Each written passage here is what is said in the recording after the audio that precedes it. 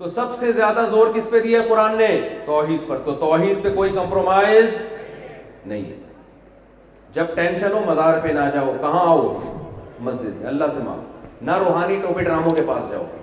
ممکن ہے آپ کے مدرسے میں بھی کوئی تعویذ گنڈوں کا کوئی روحانی کرتے ہوں, میں پیشگی معذرت, میں کسی کو نام لے کے برا نہیں کہتا, لیکن جو تعویذ گنڈوں میں پڑا ہے نا آج تک اس کا کام بنا نہیں ہے. اس کے دھاگے فلیتے پلیتے ساری زندگی انہی میں دفن ہو جائے گا وہ تعویذوں میں.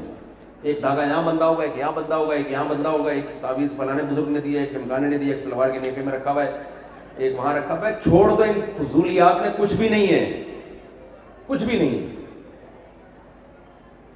ہمارے بعض بڑے بڑے علماء بیمار ہوتے ہیں, روحانی علاج والوں سے علاج کراتے ہیں. میں ان علماء کے قدموں کی خاک کے برابر نہیں ہوں. ان سے کہتا ہوں حضرت الو بنا رہا ہے یہ آپ کو, اللہ کی قسم الو بنا رہا ہے یہ آدمی.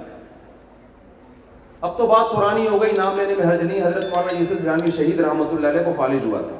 اب عمر کا تقاضا تھا فالج ہونا, پھر کام اتنا کرتے تھے, ہم ان کی خدمت میں ملنے جاتے تھے, تو جب بھی جاتے مطالعہ کر رہے ہوتے, تصنیف کر رہے ہوتے, اتنا برڈن ان کا کام کے اوپر. فالج تو ہونا تھا بھائی,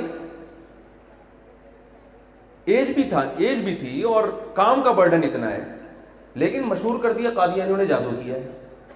حضرت پہ اتنا دباؤ ڈالا, جادو کیا ہے, وہ انہوں نے علاج شروع کر دیا کسی ٹوپی ڈرامے سے. وہ جادو اتارے گا, الو کا پٹھا ان کا, حضرت کا علاج کرے گا. اس ٹوپی ڈرامے سے میں ملا ہوں. مجھے یہ عاملوں کا نام ٹوپی ڈرامہ ہی نکلتا ہے منہ سے, ادب سے نام میری مجبوری ہے, میرے نکلتا ہی ان کمبختوں کا نام. میں اس کمبخت سے جا کے ملا,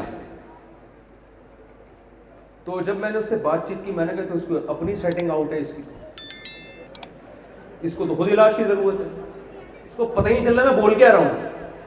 تو یہ جو روحانی علاج والے علماء کا جادو کا اور جن چڑیل کا علاج کر رہے ہوتے ہیں, ان کی خود اپنی سیٹنگ کیا ہوتی ہے؟ آؤٹ. ان کو موکل اور ہمزاد اور ٹوپی ڈرامے جن کا اس کائنات میں سرے سے کوئی وجود ہے ہی نہیں, وہ ان کو نظر آ رہے ہوتے ہیں اپنے دماغی فالٹ کی وجہ سے. میرے اپنے رشتہ دار یہ کام کرتے ہیں, میں ان کو ڈرامے باز کہتا ہوں.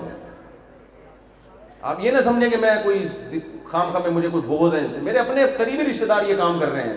ٹوٹلی فراڈ ہے یہ.